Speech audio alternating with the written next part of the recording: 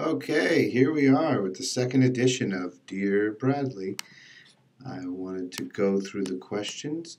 I really appreciate you guys sending them in. Adam Harper with the first question. I've written a sitcom pilot and have a series Bible prepared. A producer friend recommended that I make a mood reel as a proof of concept. As a writer, producing a mood reel will take me way out of my comfort zone. Do you think proof of concepts are worthwhile? And if so, any tips? Well, I got to tell you, mood reels are super exciting to producers. It gives them a visual. We get to see what it is you're thinking, even if it's just words or if it's just pictures or it's actual video. I get these all the time, and they definitely help bring it over the hump for us. On a movie like The Call or Mr. Right, both of them had mood reels. Mr. Right, it was a combination of a bunch of other films that were just edited together from films that were already made to give you a feeling of the tone and the action or the concept itself using other films. And you usually engage a director to put together that mood reel because they're kind of experienced, or an editor friend of yours if you as a producer want to direct the editor to putting together that mood reel. But they are very, very helpful. And they're also helpful once you get the director and you have the package. Now you got to go sell the financier. A mood reel helps there. So that's the case in film. In the case of a sitcom pilot, and you already have a sitcom pilot, a series Bible, which is kind of the most important, aspects to that. And then in a mood reel in that scenario, it's also helpful, but that's for when you're going in to pitch the actual studios or streaming services or production companies that are going to bring it in. So there's nothing wrong to doing a mood reel, but you don't have to do it if it's going to be too expensive. And if you can get it done cheaply, I say do it. Okay, next question is from Richard Buzzle. Richard Buzzle's asking, Bradley, I'd be interested to know what attracted you as a producer to the Mr. Right script. In hindsight, would you assess the script differently? I mean, how could you go wrong with a movie that is an action romance comedy? I mean, I grew up on some of these films like Jewel of the Nile or even Point Blank. This is it's a great genre. And the script was written by Max Landis, who has a very unique writing style and very exciting. So when you read it, you really just are drawn into it. Now, it was originally written, and it was a $27 million film. But when we went through it for the independent film market, we needed to make it for way less than that, under 10 actually. So there were some cuts and changes that we had to make that film work. I don't think I would change much to what we did there other than the usual. You always want a little bit more time making the film. You always want a little bit more money making the film. But from the concept of, like, would I do anything differently in hindsight from the script, I don't think so. So that's my answer to Richard. And the next question is from Catherine Haddad.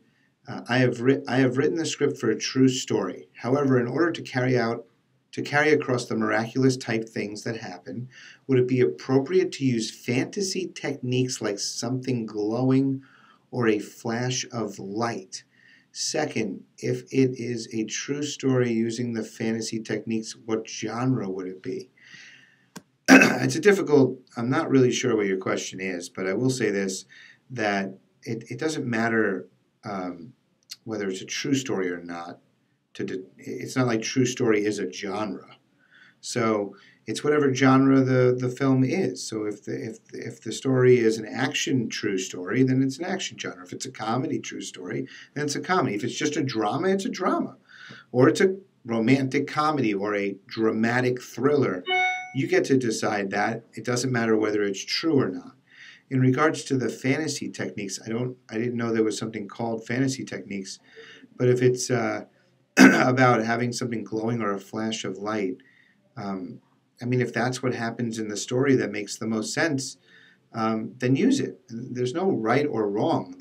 The script just has to read well, be understandable for the audience, to know what that audience is, and have something relevant to the day and or the market that people want to finance and or put together. Next question. Hi, Brad. This is from Mark Wagner. Hi, Bradley. 4 years ago, I was informed that Westerns, periods, and Civil War scripts were no longer accepted. Is that still true? Okay. There's no such thing as they're never accepted, no longer accepted. No. What you're getting from the marketplace is that period pieces, Civil War included, and Westerns are very hard to get made. And mainly because the world has gone global on media. So Westerns are a very American thing. So that means you really can't sell the foreign territories around the world unless you have huge stars or some other reason that ties it to a global marketplace, like if it had an alien in it, right? So just know Westerns are very American focused. So if I was going to make a Western, I would probably focus on the streaming services like Amazon, Netflix, or Hulu, or the new Disney one, because then I would think maybe they just need it for the U.S. market. But when you're trying to make a theatrical feature that goes into the theaters and then has to be sold around the world, Westerns, period pieces are tougher. You'll need some sort of attachment like a very well-known director, writer, or actor that is championing that film and or TV show to make it happen. And I will also say to this question that everything happens in cycles. So when they're saying no period pieces today, 6 months from now, everybody might be looking for a period piece. There was a time where we were putting together a television show that you would call a procedural, and everybody was like, no procedurals. 6 months later, there was this foreign sales market for television that wanted procedurals, and everybody was looking for procedurals. So you just write your script or produce your script or put the thing together. It takes so long to get movies and television shows made that at some point the timing of the market will be correct and you will be ready and you'll have that on your shelf. You should have 14 projects, and one of them should be maybe a period piece or a Western. But I wouldn't make 14 projects in development that are Westerns and period pieces. So that's my answer to that question. Mike Rogers. Beyond the ability to deliver a polished professional screenplay and the constant desire to produce, what are some of the skills a professional writer would need to develop to remain a professional writer? Okay, this is the easiest question for me because I think what writers get caught up in is that all they need to do is just write a great screenplay. I'm going to write the next great American screenplay. No, what you need to be good at is networking. You want to stay a professional writer in this business and you're already good at making a polished professional screenplay and you have this desire to produce, well, you need to have a network that you can keep going to, that you can keep expanding, and you should network younger. Network people in their 20s and 30s too, because that's the future generation that will be employing you or looking to you as mentorship or bring you on to fix other scripts along the way as they go and rise in their careers. So it's really important that you understand networking, network with writers, directors, actors, producers, the studio executives, production companies executives. You should be out there at those lunches just like everybody else, making sure they know who you are and making sure they can come to you for specific genres that you're good at or specific talents that you're good at. So the answer to your question is learn how to network. Next question is from Bradley Scott. Nice to see another Bradley here. I agree. I'm based in Chicago and I work on a lot of local productions in regional theater and set design. I'm a carpenter by trade and I want to start working on bigger projects. What do you recommend for someone like me to get work on projects like Empire that shoot here? I mean, there's a couple of ways to do it. You can do the Spielberg way of where he jumped over the studio lot fence and just started working there. Today you'd probably get arrested. You can go to the sets of these places and look to find out who the line producer is and or the production designer and try to meet them and figure it out that way without somehow being a stalker. Or you can go and try to find the production lists. These production lists are easily accessible online from doing some searches. You probably could just go to the Chicago Film Office website and find a production list, or call the Chicago Film Office, or go to the Chicago Film Office and ask how I can get lists of these productions and their dates and their times. I will look into this a bit more and see if I can find a public list, and then I'll reply to you in the comments on your question. In the meantime, you just got to take yourself to the next level. You have to be a little bit more aggressive. You have to call people. You have to find out where these lists are, and then you have to get in touch with the line producers, who are the ones who are responsible for hiring, or the production designers if you're specifically a carpenter type. And you got to get lucky. There's a lot of unions involved, and it takes a lot of work to get the hours you need to eventually get into the unions. But you're looking probably for non-union productions. Maybe you start as a production assistant on some of these projects and then prove your worth on the set when you're like, oh, I can also do this. And then maybe you're a production assistant in the production design section or in the carpentry section of the production design, because you have skill sets that you can tell right off the bat. So don't give up on being a production assistant first, so people can get to know what your skills are. And also don't just go to like random websites, like literally focus on Chicago Film Trade. And the ultimate answer is find out where Netflix is building their next studio, move there, and tell them that you live there and you're willing to work on their productions. All right, next question. Emo Chat Band. I don't know if I said that right. Thanks for sharing, Richard, and thank you, Bradley, for taking the time to share your expertise to help us. I've been writing for many years, but publishing poetry, books, blogs, and music. I'm taking my craft to screenwriting and currently working on finishing my first movie script. As a filmmaker, what would you say piques the interest of those who make the decision of moving forward with a script? Is it quality or mostly originality? Obviously, it's quality and originality, meaning if you write a script which is similar to most movies that have been done, but the quality of the script is better, would they go for that script?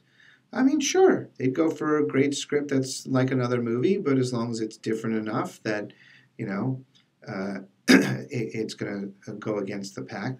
Or more likely for one with a script which can use some work, but the storyline and plot is original and different from most movies. I've seen it happen both ways. I've seen a very similar movie that is way better quality that then also gets greenlit, and I've seen, oh my God, this is the greatest story I've ever seen, but the guy doesn't know how to write for shit, so we're going to have to go hire a writer and make this project and this concept come to life. So both work. That's not where your focus should be. Your focus should be on what is the industry doing right now, and what are they not doing? If they're totally focused on horror films right now, then you need to be focusing on romantic comedies. If they're focused on doing a ton of true stories, then you should be looking into the next action film. Everything is in cycles.